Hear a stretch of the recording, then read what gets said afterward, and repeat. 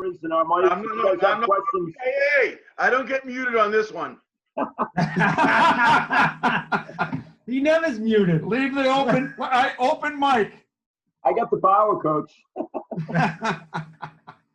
If you guys have questions as we're going through this, just click on your mic and ask Coach. I'm sure he'll be fine. He and Coach Woodsome are going to kind of present together tonight. Talk a little double slot, triple option, which, you know, I remember when I worked the lobster bowl way back with Coach, I think in 01, he certainly had a lot of success back then with Otash at the Q. And, you know, they've done a nice job down there with that sense. So it's all yours, Coach. Take it away, man. Oh, thank you, Coach. Appreciate it. And again, everything that you and Skip are doing here is great. So we need to get moving. Just want you guys to know that this is what we do. This is what we believe in.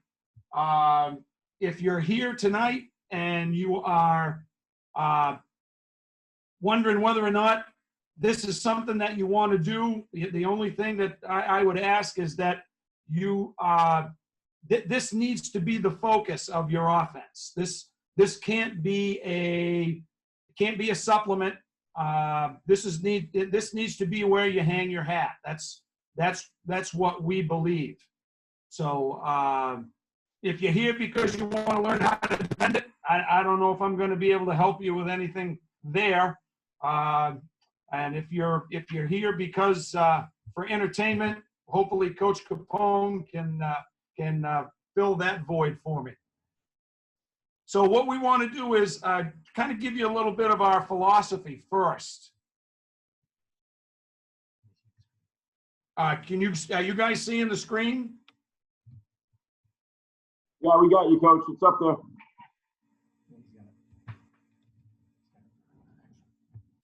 So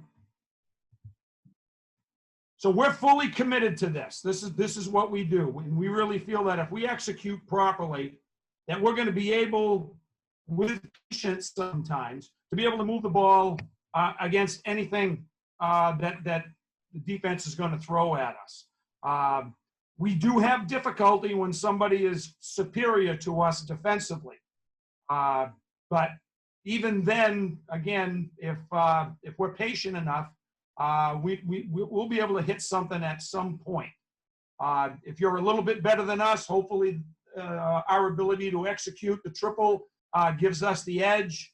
If we're the same athletically, or if we're better than you, then we should be okay.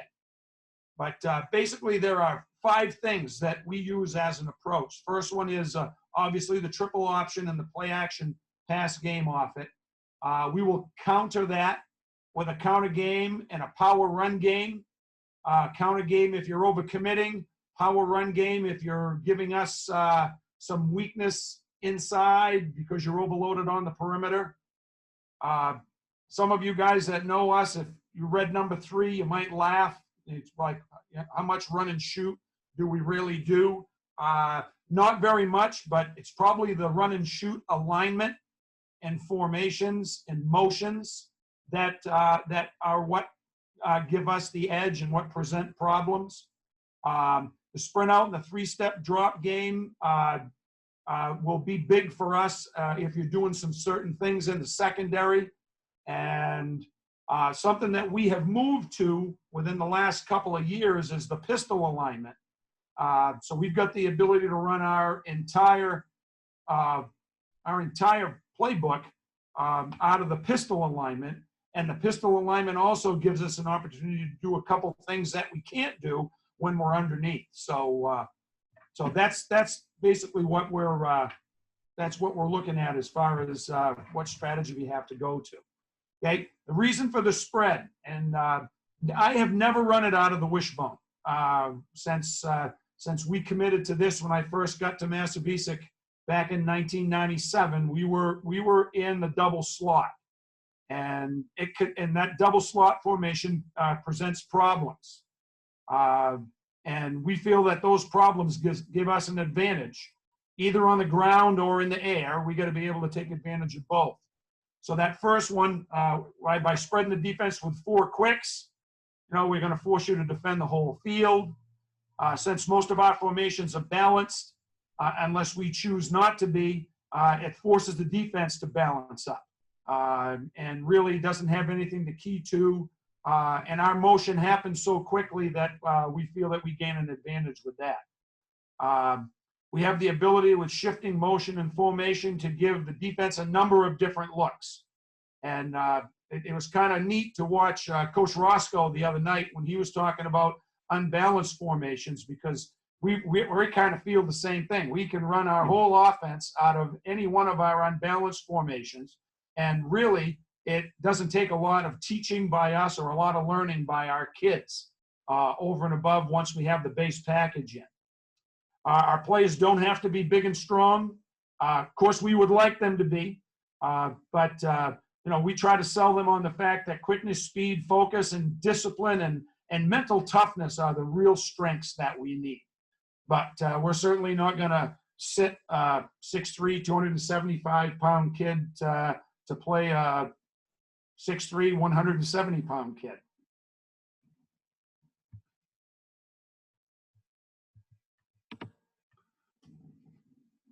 Somebody is going to have a run-pass conflict when it comes down to responsibilities when someone's going to defend us.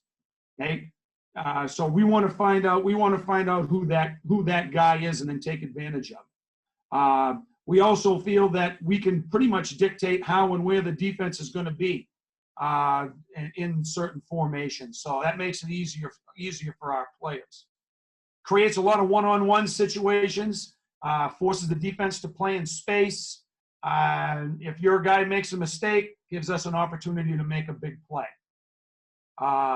We have both run and pass built into the package, so if we happen to have a quarterback that's a good thrower, it does give us the ability to maybe be a little bit more pass oriented and from year to year. Just very little. Now we'll go from throwing 2 or 3 times to 7 or 8. That's a big pass commitment for us. But we have great confidence in our philosophy. Okay? We feel that I put the 14 plus there because you guys know this is a 24/7 365 deal if you want to be successful. But we really feel that it's difficult for somebody to get ready to play us in a week when we do this every day. And we're sorry to see Coach Currit at Biddeford go, but we feel that that's going to be an advantage for us now because we're going to be the only triple team in our section of the state. So people used to defend Biddeford and defend us fairly the same. But now they won't have that opportunity to prepare for both of us at the same time. So again, we force teams to balance up and play assignment football.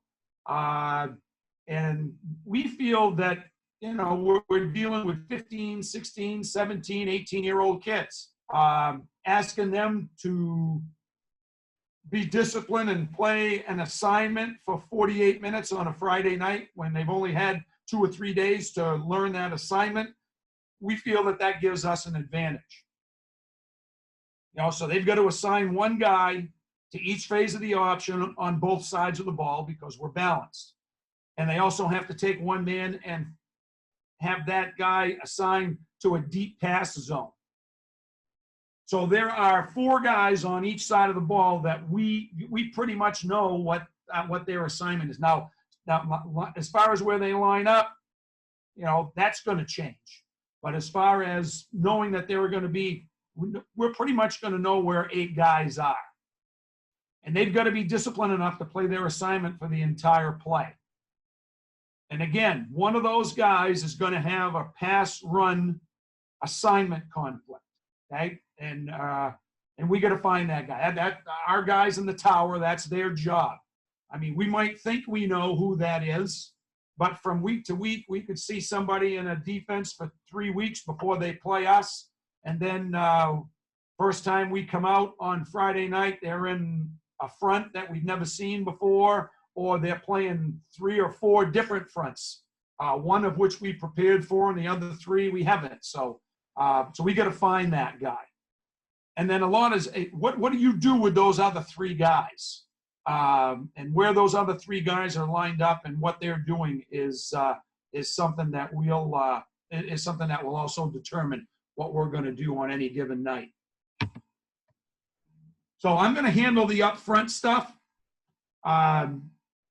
So the offensive line block and rolls, and for us it's 12 and 13 triple. That everything starts with 12 and 13 for us. Okay. For those of you guys that are getting ready to play us, if you want to know what the first play is on our script, it's going to be 12 or 13 triple.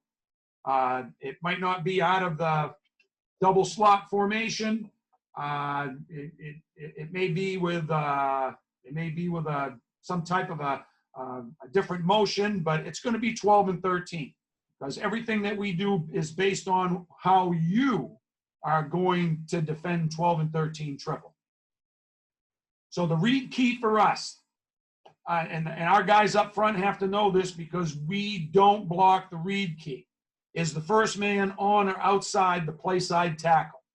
That's our read key. So our play side offensive linemen, their whole scheme on how they're going to handle the front side is going to depend on whether the play side guard is covered or not. Okay? And if we go back to the previous screen, you can see those black lines. That's our aiming point for our fullback, okay, on 12 and 13. He's going right up the crack of the offensive guard. Okay? Our job up front is to make sure that no one from the crease line in tackles the fullback. We need, in order for us to be successful, we need to force the defense to tackle the fullback from the outside in. So if our play side guard is covered, okay, if our play side guard is covered, okay, this is going to what we call an inside release. And our linemen are going to use, it's our veer scheme, so it's veer, viper, vice, some type of a V word is going to be our up front call. Play side guard and the play side tackle are responsible for the first 2 defenders inside the crease. Now, we will give them a number of different ways that they can handle that. They can either change it up in the game. We'll usually have a game plan on how we're going to, or how we'd like to handle it. But the 3 options that we have are base, chip, and double. And when we get to the next screen, I'll get into those a little bit more. If the guard is uncovered, okay, that is going to now force us to outside release by those linemen. Oscar, oval, ollie, okay, it's going to be an O word. That's going to be our offensive line call. Okay, the play side guard and the play side tackle now are responsible for sealing the play side inside linebacker, and then from there, they're blocking levels. Okay, we'll get into that a little bit when we move over. Now, our backside guys, our center backside guy, backside tackle, okay? We're going to zone scoop that backside, okay? They're all going to up and overstep to the play side, okay? And their job is to not let anything off color cross their face. If something off color crosses your face, put it on the ground, okay? And if you're taking your up and oversteps and nothing comes to, no off color comes to you, we want you working square upfield, okay? Square to the line of scrimmage, upfield, and you're blocking levels and working your way towards the alley, which is our quarterback's aiming point. So, where's the thing that we can draw? You know where that is?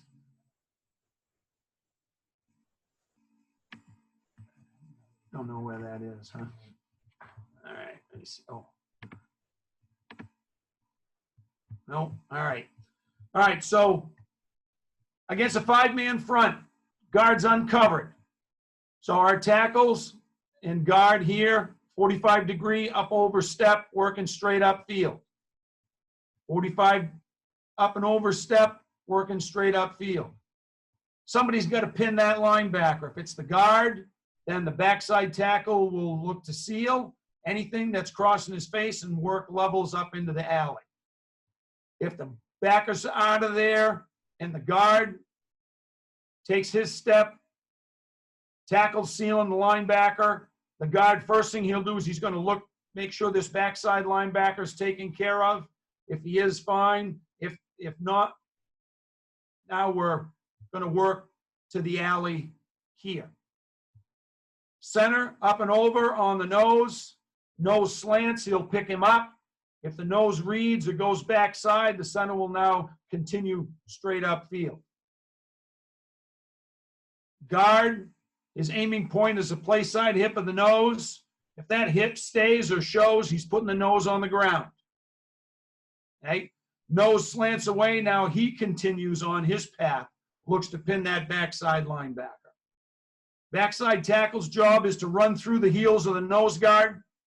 He runs through the heels of the nose guard, doesn't let anything cross his face. He gets to the heels and there's nothing, then he continues to the alley. First man on or outside the tackle, handoff key. Next guy, the next man outside is the pitch key. Don't block him. That's what the X's are for.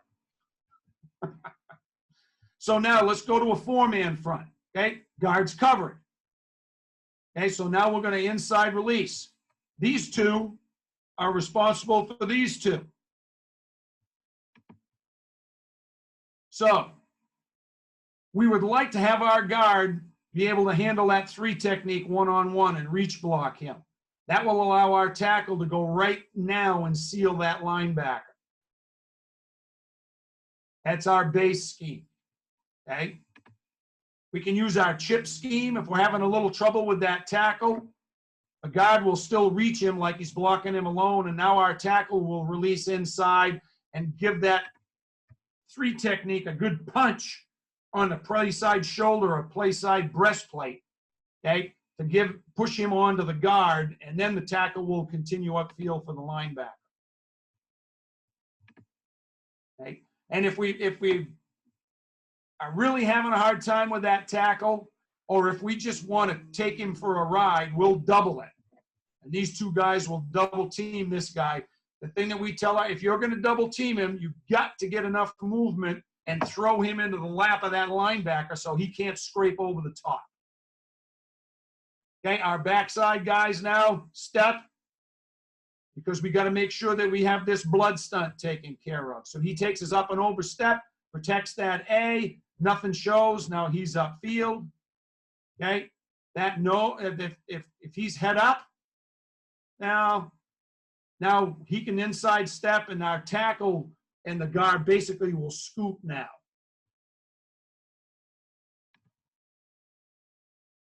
But if that nose is in the gap, now he's probably going to put him on the ground now. And then our tackle will run through that two techniques, heels, and try to cut that backside linebacker off. Okay, again, handoff key, first man on or outside the tackle. Okay, our number two guy could be a linebacker, depending on what they're doing. Now, if we want to run this back over here, okay, we're just going to use a gap scheme now, and that guard will seal down on the two technique, and the tackle will seal down on the linebacker. Okay, we like this bubble right here. Okay, when it comes to 12 and 13. Okay, we like it to the three technique side too. We got some other things that we like to do over there, but we really like 12 and 13 to the two technique. Okay, so what I'm going to do now is I'm going to let Corey Woodsome take over from here. Corey's our offensive coordinator here. Corey's has become a student of the triple. He's drank the Kool-Aid, so he's joined the cult.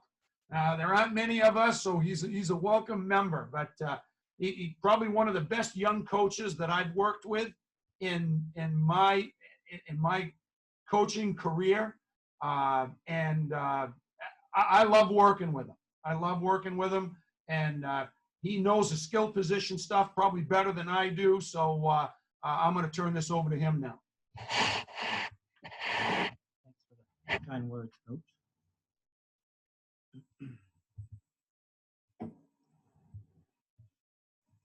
So when we get into the skill stuff, we'll start with the perimeter blocking scheme for our slot backs and our split ends. So we use two different types of perimeter blocking schemes here on the option. We'll use an arc scheme where our play side slot, okay, will arc, okay, and block number 3. Here, you know, we get a too high look, so he'll just arc release, block number 3, where our split end will either do one of two things. He'll either run the guy off, or he'll come off the line of scrimmage and he'll stock block. We don't count the corner in our perimeter blocking schemes. So we can either arc to number 3, or we'll crack scheme it, which will change up the split end and the play side slot back's responsibilities. So we'll push crack on the corner to the safety with a corner, with a split end, and then we'll have the slot back arc and then go outside and block the corner.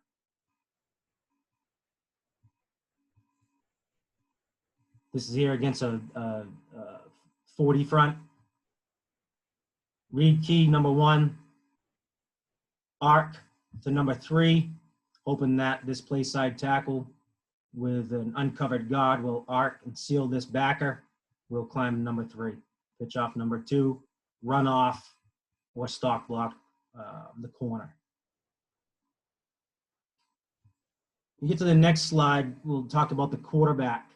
And then this offense, we want the center, the QB, and the fullback, these guys right here, okay, to be your top guys, okay? Having a center that can, you know, we've seen a lot of 50 fronts, having a center that can take care of the nose by himself is huge for us. So we can get our guards to climb.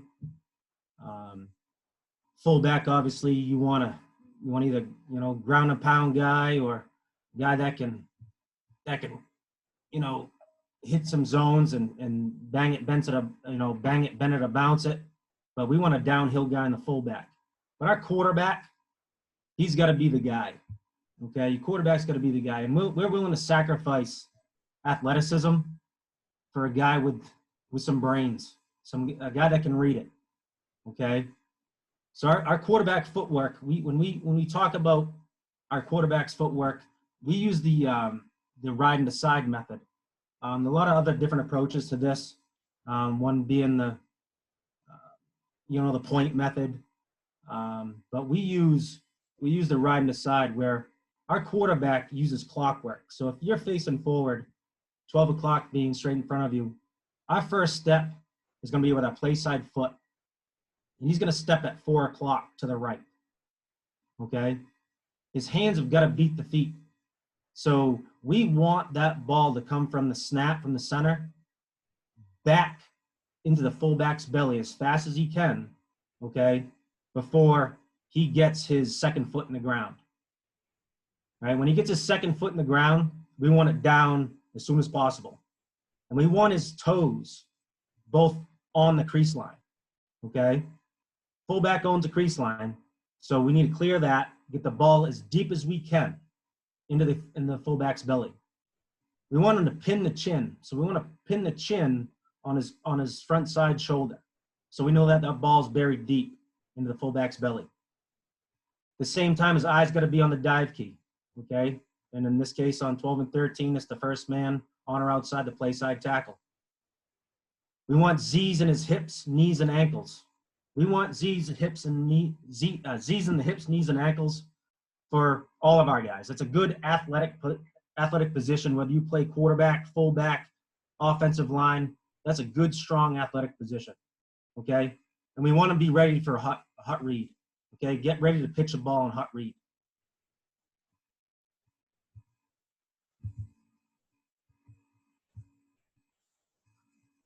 our B-back, our fullback. He's in a low three-point stance for us. Like I said here, with the Z's in the hips, knees, and ankles. On dive triple, we are running the aiming point for our fullback is for the inside hip of the play side guard. Okay, he's going to step with his play side foot, and he's on a downhill path. Okay, we're not teaching. This isn't any type of zone option. This is a downhill running play for us. So he's going to aim for that play side, inside hip of the play side guard with a big open pocket, okay, to accept the football from the quarterback. He doesn't want to clamp down on the ball, okay? He just wants to give a good pocket so that ball can fit into his belly, okay? If he on a give read, we'll get into that in a little bit here. But he's just going to roll over the ball, continue on his path, okay? On a pull read, okay, the fullback's going to roll over the ball and grab cloth on his jersey, okay, and continue on his path as if he's got the ball. We want him to get tackled, okay, but he's got to continue the fake so that the dive key can't pop off and play both phases of this, okay.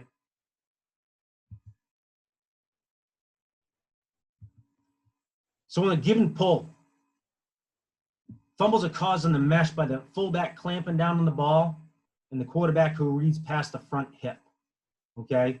So we tell the fullbacks, don't clamp down, okay? Don't grab the ball at both ends, all right? And the Q has got to make his decision before he gets to the front hip. If he wants to pull the ball past his front hip, the ball's going to be on the ground, okay? Fullback carries out the mesh, and he's thinking frontal pressure give and side pressure pull. So in our mesh, the quarterback will have his back hand on the belly of the fullback. And if he wants to give the ball, he's going to slide that back hand out and put pressure into the fullback's belly on a give, okay? When we pull the ball, the quarterback is going to roll his wrist and bend his back elbow down, okay, and violently disconnect from the mesh. Okay, so there shouldn't be any issues as far as who's getting the ball, okay? This some guys will teach us different ways. I feel that, one way isn't better than the other, I guess, but, the ball could be on the ground more in the riding the side method as opposed to the point method. But I think if you teach that at a young age, I think they'll get a good feel for it, okay? But it's important that when the QB wants to disconnect, he violently disconnects that ball and he continues on his path, okay?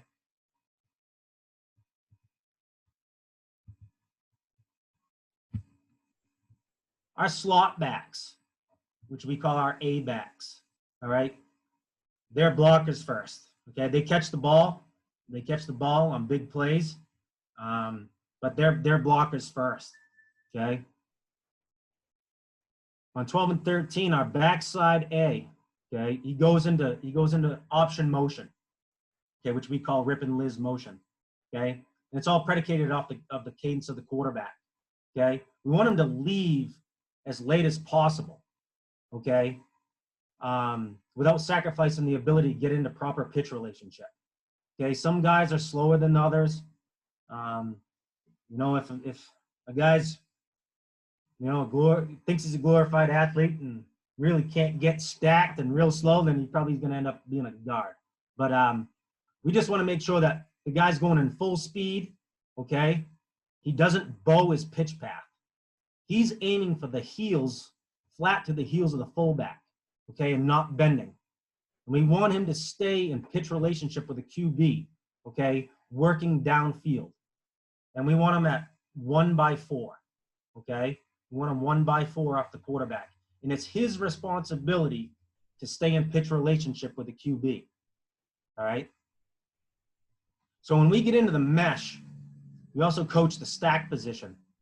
So on the ride with the quarterback and the fullback, we want the ball, the fullback, and the backside slot to all be stacked, and I got a couple clips on that in a little bit.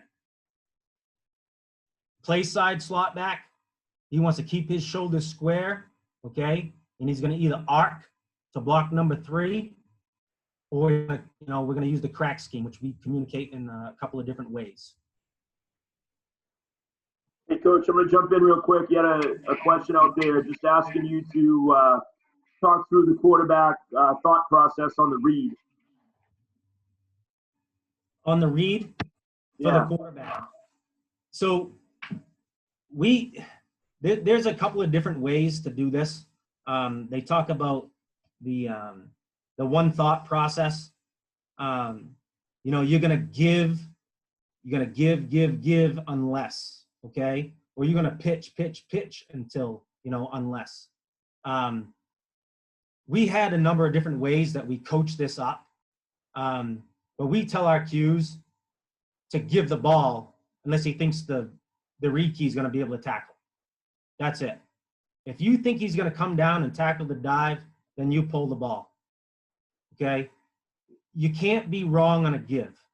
That's what we tell our guys. You can't be wrong on a give. But we can go back to film, okay, after Friday night, and we can discuss that.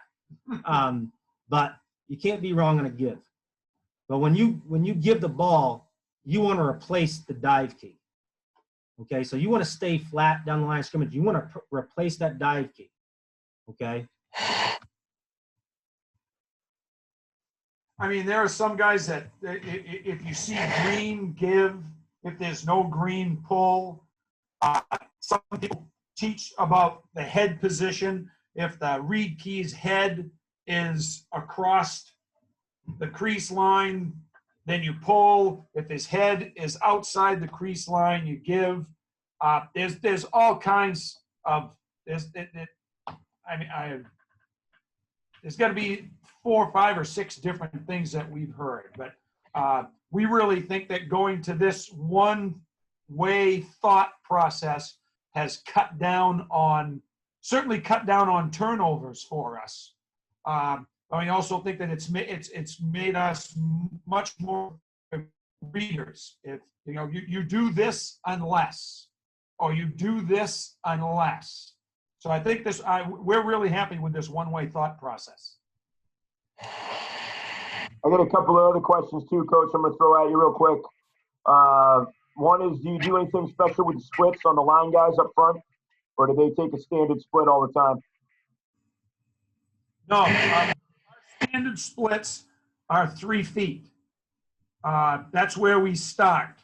Now, depending on the front that we're playing, depending on the crease that we're running, our splits are gonna change.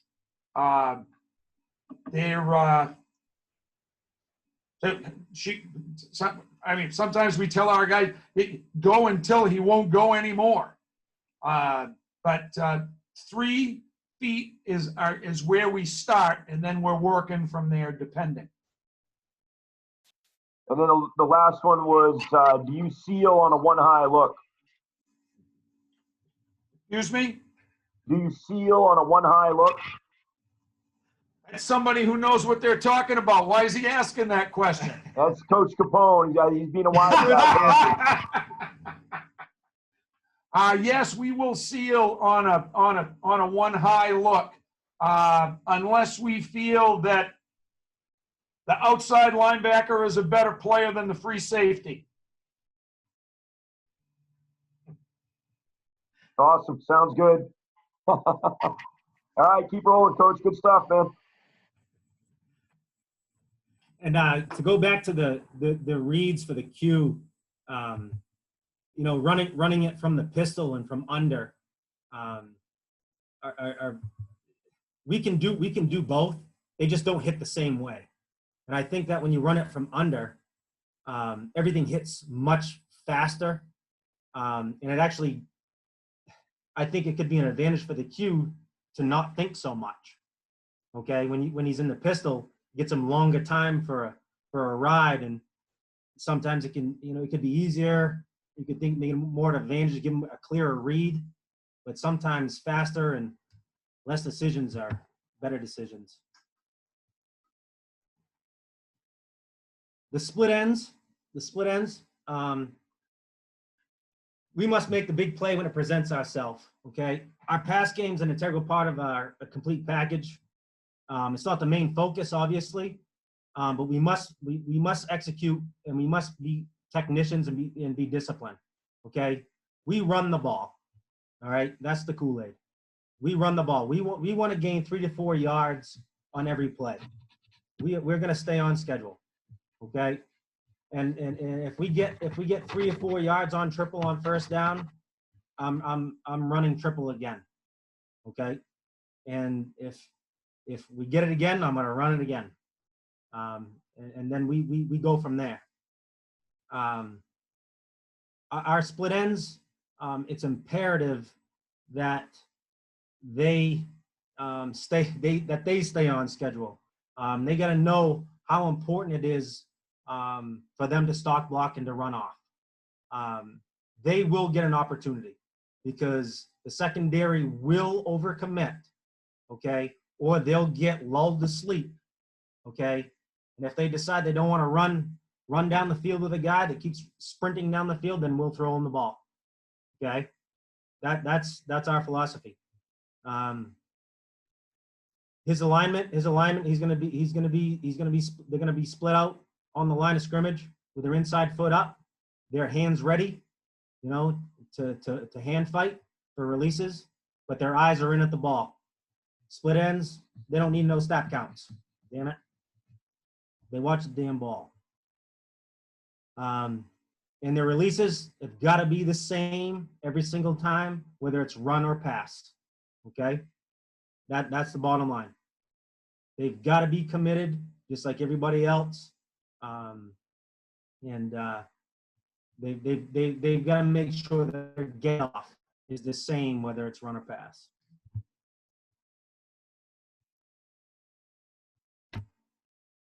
So a couple of solutions, you know, to a couple of common issues that we get in running 12 and 13. Okay. We talked about the blood stunt. Okay. When the handoff key and the pitch key are both on the line of scrimmage. Okay. The first thing we're gonna mesh. Okay. We're gonna mesh with the fullback. Okay. We're gonna give to the fullback unless the handoff key, number one, cancels the B back. Okay. If so, quarterback is going to plant his backside foot, replace number one, and score. Okay. Unless number two steps down hard at the cue. Okay. So this is hard on the read key and the pitch key. They're going to come down hard on the fullback and the quarterback. In that case, quarterback's going to recognize, and he's going to hit the brakes, see the pitch, plant his foot, and pitch the ball, and try to absorb any contact. Okay, that's how we take care of the blood stunt. Easy stunt. Okay, it's when number one and number two is stacked.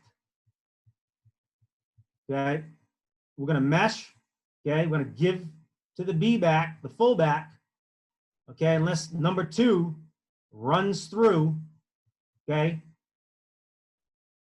and cancels the B back. Okay. If so, quarterback's going to pull, replace, and score. If not, okay, the other guy from the stack, okay, steps to the cue. He steps to the cue, hot pitch. Okay, same thing. Stack guy's going to come B, okay, both through the B, okay, hot pitch. The other way that we're going to take care of it, which we talked about a little bit earlier, okay, is with play action pass. Okay. You see that we've got the arc scheme. We're going to either arc and block number three with a play side slot, okay, or we're going to run off the corner with the split end. All right. On our play action, our go-to is going to be verts. Okay, so we're going to run fade seam. Okay, so we get this hash player rolling up hard on backside motion. Okay, this slot back, keep his shoulders square. All right, and he's going to vertical release on the number 3. This guy wants to bail. This guy wants to bail out. He doesn't bite. Then the play side slot will just settle here. Okay. Split end, pity pat fade. Okay. He's going to get out here. He's going to break down like he's going to stock block. 1, 2, vertical release, pity pat fade, verts, fade seam. Change up on that is the crack scheme. Okay. He's going to arc, release out to the flat, block the corner, split end, vertical release, crack on number 3. And that basically turns into post wheel for us. And the same concept goes with the wheel ball too. If that corner wants to bail, we'll settle the slot back. Okay, we'll settle him down. Okay, and if the cornerback bites up, then he'll run by him.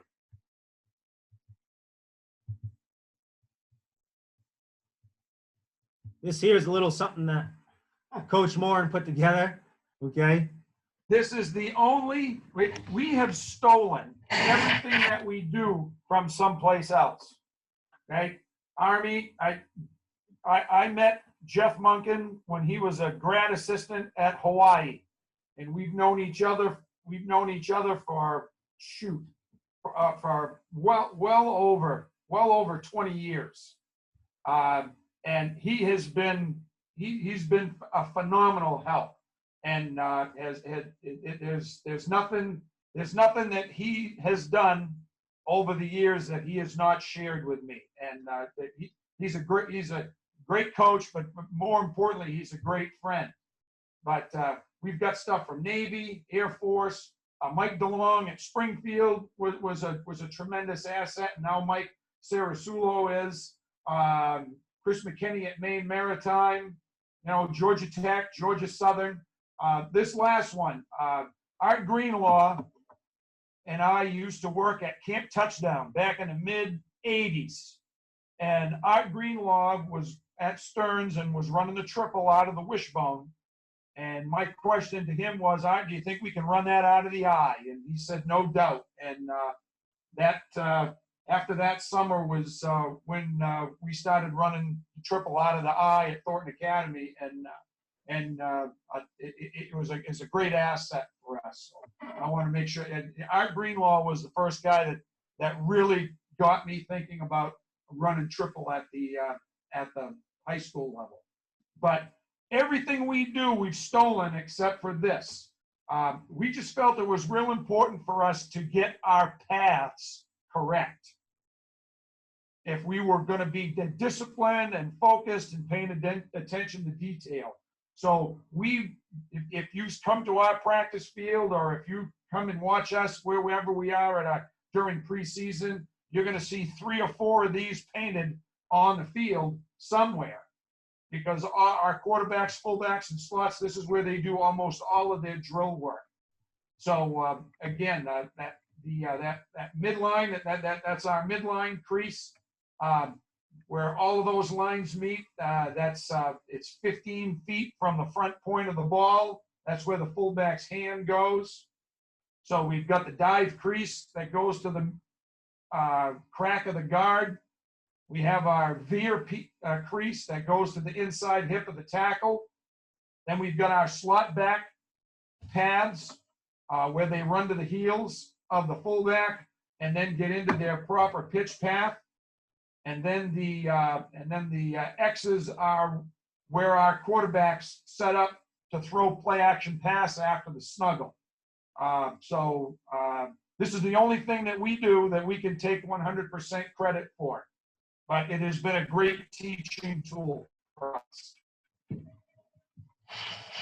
We've got a few clips here. So this is us at Bridgeton Academy, and you can see I paint we've painted some grids here, and we're working a hookup drill with our fullbacks, which we do early in the season. And all we're doing here is working the first couple of steps of the mesh. Okay, so all I'm telling them here, okay, is to bury the ball deep in the belly, get their eyes on the read key, okay, and all I'm telling them here is either a give or a pull. So all they're working on is front pressure and side pressure in this drill. Good coaching point for the quarterbacks as far as getting the ball back. We tell our quarterbacks to make believe there's a bungee cord hooked from the ball to the fullback's belt buckle. And that bungee cord is pulling their arms back. And so it gets the ball back there on the mesh.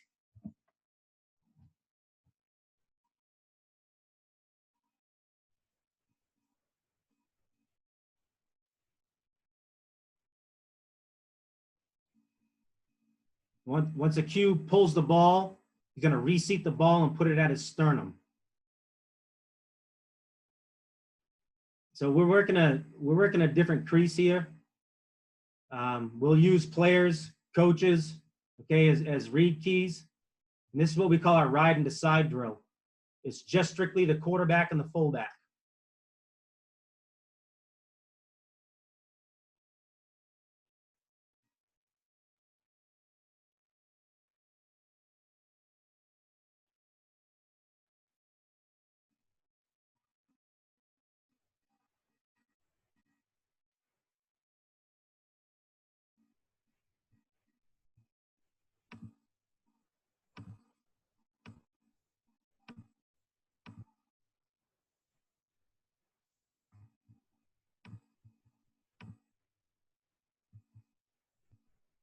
This here, it's another drill we do.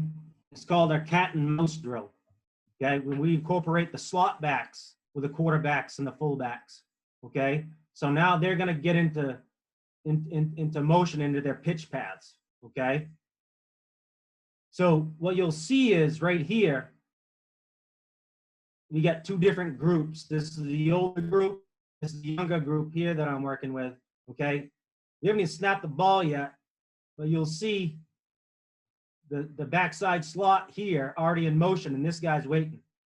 Okay, we want them to leave as late as they possibly can, but we want these guys to be stacked on the mesh.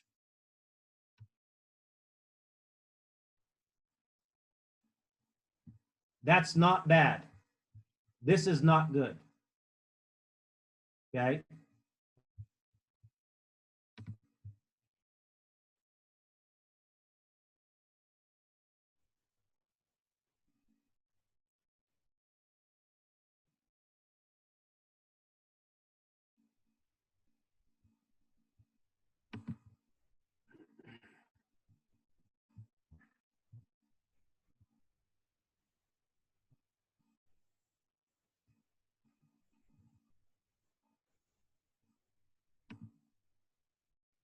Show a few clips.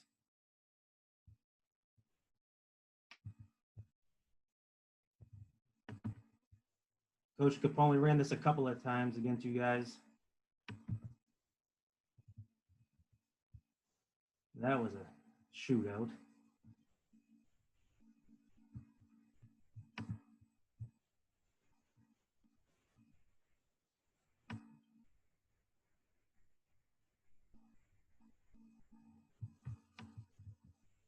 This kid here, read key, okay, right here, comes down, annihilates our fullback. He gave us a good little key that night saying, sorry, kid, but I was told to do this to you all night long. So, appreciate that.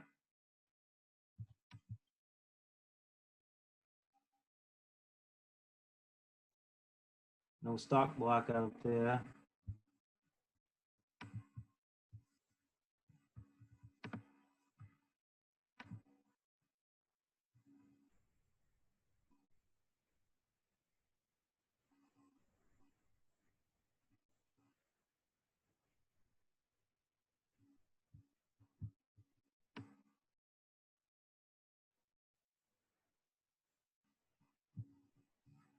pretty good job by our front side guard being able to handle that down guy one-on-one and allows our tackle to get right to the second level.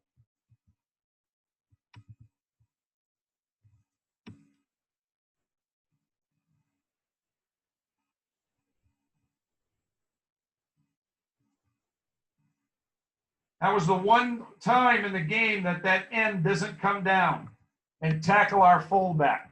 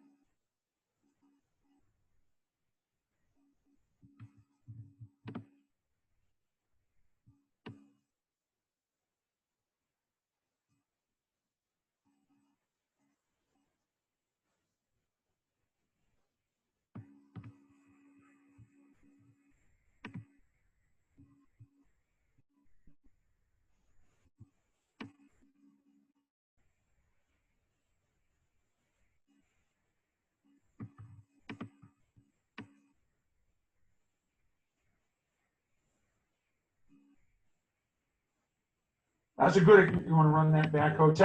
See, we're chipping this right now because this is a pretty big kid right there. So you see our tackle gets a piece of him and then comes off and picks up the backer. We'd like to see our guard head on the outside, though, trying to block that guy like he's got him alone. That's a real nice job by our play side tackle coming off the chip.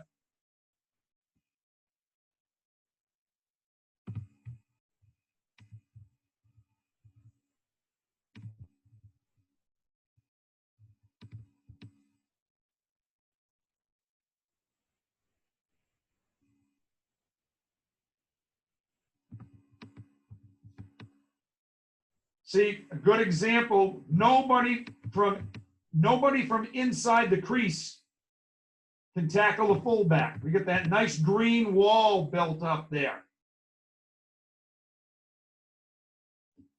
Real nice job of sealing the crease there.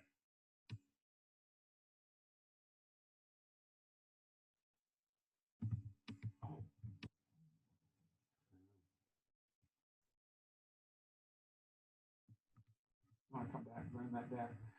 The other thing that we tell our linemen this. Now everybody said it's all smoke and mirrors. This is not smoke and mirrors for us. We are nasty, physical individuals at the point of attack, up front at the point of attack. Now you watch number 75 finish his block here. That's a pretty nice job. He reaches that 3 technique. Then he finishes it up at the end. Best thing about him is he's coming back.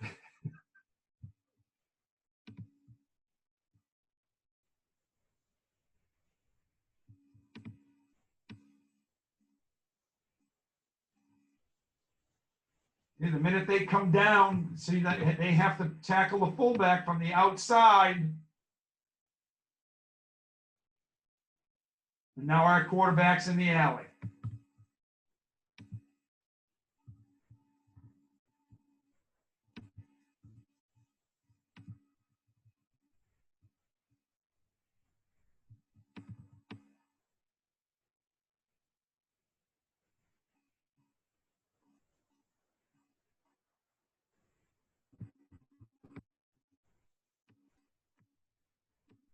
And this is a 4-3.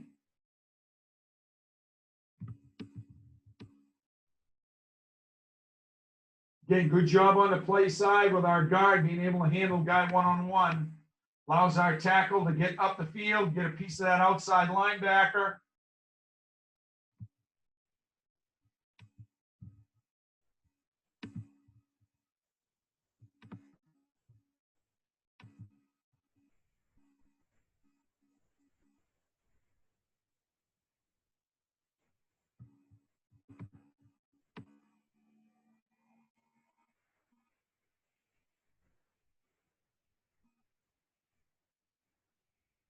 The gentleman pitch relationship there. See, we pitch that, and that's where we want our pitch guys. We don't want to pitch that ball backwards and have them have to run 4 yards to gain anything. Right there, it's right down the line. Look at that. Pitching it forward. Catching it, and his first step, he's gaining yardage. That's great pitch relationship. This is a 5-3 Eagle. Good stack. Look at everybody tackling a dog back. And even the outside linebacker, who should have an outside phase of the option, running inside. I mean, that makes us look like we're pretty good blockers.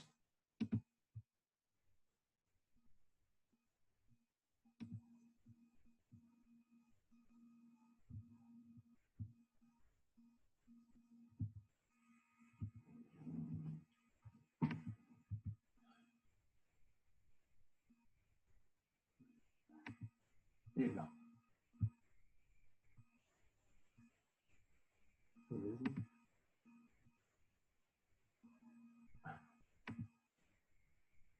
There we go.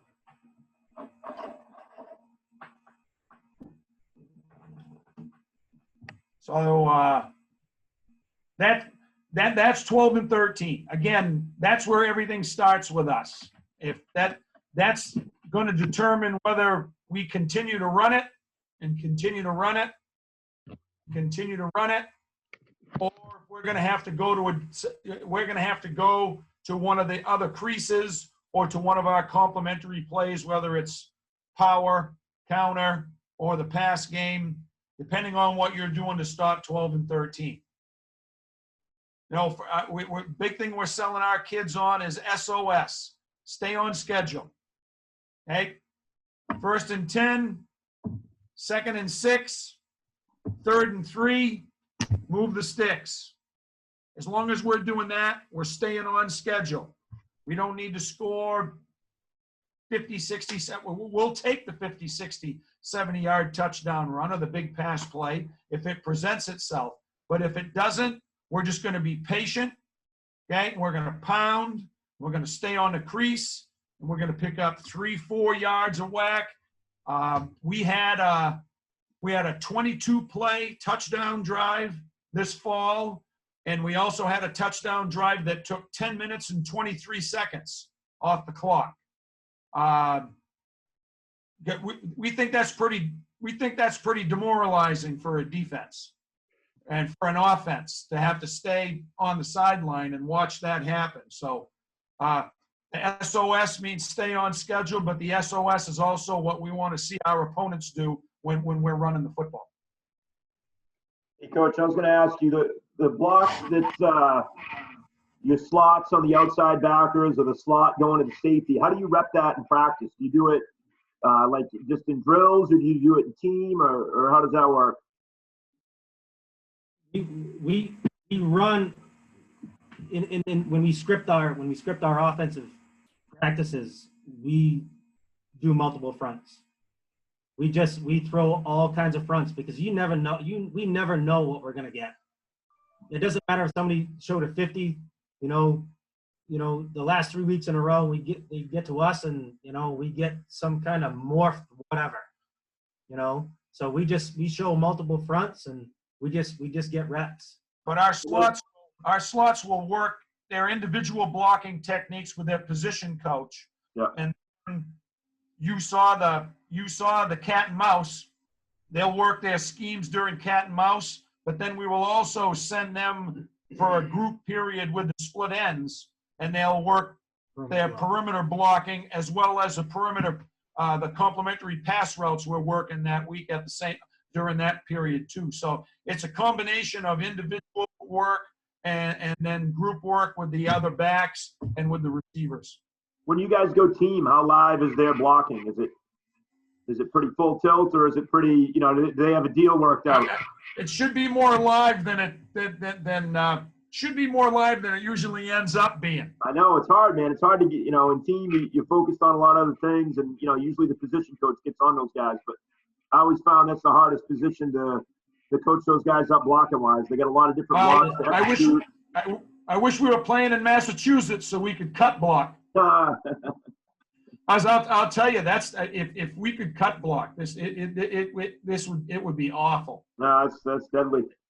But we try to teach we picked up some really good stuff when we went to Army last year about how they teach their slots, where to make contact, where it starts, where it finishes, and some of that.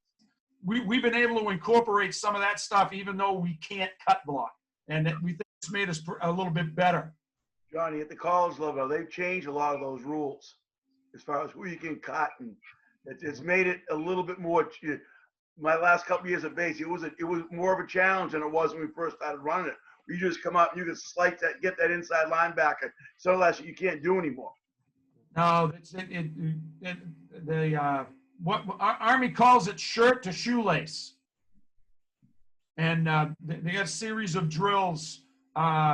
We didn't do a great job with that last year. We've got to do a better job of teaching the shirt to shoelace technique this year than we did last year.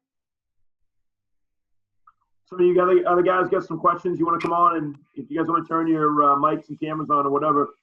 Really? Get some questions. All those freaking coaches you learned something from. You never stole anything from me, you son of a gun.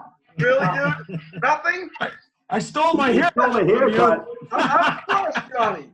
As many chats, yeah, I don't believe it. You hurt my feelings. Oh. Coach, I got a question for you. Do you have any issues keeping your split ends motivated with the lack of pass attempts? Yeah, we tell them that instead of throwing them to them once out of every 10 times, it'll be once out of 20. Now, I'll tell you, it's not easy. It's not easy. The idea of running a guy off for 10 plays so that you can try to catch one fade behind him is it goes back to the idea of believing in what we do. And I think we've done some things on the perimeter to help them. Condensed sets that we run now allow those guys to be. It's not just stock blockers all the time. Now you can. They can come down and they can crack, and they can come down and they can do some other things down inside and maybe catch a guy that not looking and put him on the ground, and then they can tell the lineman that they got to knock down and that sort of thing. But again, it's the idea of this is what we do, and for us to be successful, your job on the perimeter is no different than the offensive guard or the offensive tackle at the point of attack. Because if we execute everything, we pitch the ball, and you don't, and that corner makes the tackle. I mean, everybody else has done what they need to do. The ball's where it needs to be. But, and I'll tell you, when they miss somebody, it shows up bad. Shows up bad. So other than the idea that they need to buy in just like everybody else, it comes back, it just comes down to that. Right. Hey, Johnny? Yeah? You guys change I know you don't, how much pistol do you run, and does it impact your tailbacks, landmarks, reads, or does it change anything up front for you? Because it's getting a little slower. No, it doesn't change. We had talked to a couple coaches out in the Midwest that are doing that, and I know we went because we came up to base when you were doing that, and we did steal a couple of things that we liked that you guys were doing up front, and we have incorporated that, but we don't change up front a whole lot when we go from under to pistol. I'll let Corey talk to you about the skill guys. Yeah, the obviously for the quarterback, being in his alignment, it's a long speed. And we do slow the fullback down a little bit, and his footwork will change. It just doesn't, nothing hits as hard and as fast as What's the depth of your cue? What's that? What's the depth of your cue? How deep are his heels? 3.5. Okay. Yeah, 3.5 at pistol. So our paths change a little bit. Our footwork changes a little bit for the fullback. He's got to be a little bit more patient, I guess. But when we get into the pistol, it adds another phase of the game. I mean, obviously, it's almost two different offenses. You know, you're under and then you're in shotgun. You know, and we still have the threat of 4 verticals. But now you can get your slot backs involved in the game. You know, and you can, you know, you've got jet. You know, you got power read. Those type of things. You know, with slot back, you can put him in motion. He can kick out. You know, he can kick out on power. So it definitely adds a different dimension to the game. We actually started the season last year as pistol, and when we left Bridgeton, we were under. We just liked the way it looked. We liked the way it hit, and yeah, we want to add a little bit more pistol to it next season for sure. Cool. Thanks. Cool. Anybody else out there? Question for Coach? My last question is, do you guys have your peewees running option? Like Hathaway's got his guys running jet sweep to get these guys breeded and ready to go? I don't. What? 2 weeks ago, Hath? Yeah. 2 weeks ago, I did one on incorporating your offensive system in your feeder programs, and our guys start running. Now they're not reading the triple, okay? But our guys start running the paths, and our guys start the footwork and everything when they're in the 3rd grade. Nice. And it's a progression from there on. And I'll tell you, our youth guys do a great job. Our youth guys have bought in 100%. They're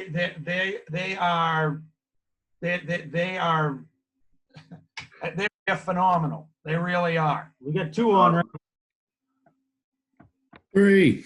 3. Oh, we got Rob there too. Yeah, Don't leave me out, Woody. yeah, our youth guys are on board. Nice. That's good, man. That's what it takes. You know, if you get that piece, that's what, as you know, Coach, that's what allows you to sustain it over time. You know, it's not just certain groups that come through. It's every group. When you get those guys down below to buy in and teach it, and it makes a huge difference, man.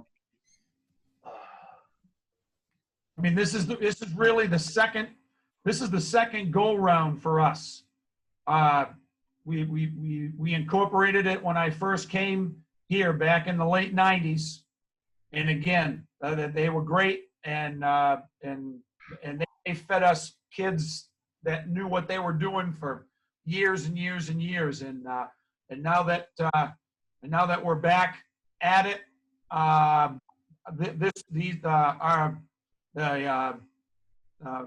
Massabessic Area Youth Football is the name of the organization. Same thing, 100% buy-in. We meet with them once a week and take a phase of the offense, and those guys are like sponges.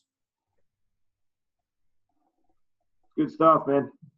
Really Anything good else? Last question for Coach before we close this thing down for the night? Last comment for me was I heard you talk about Camp Touchdown earlier. I was a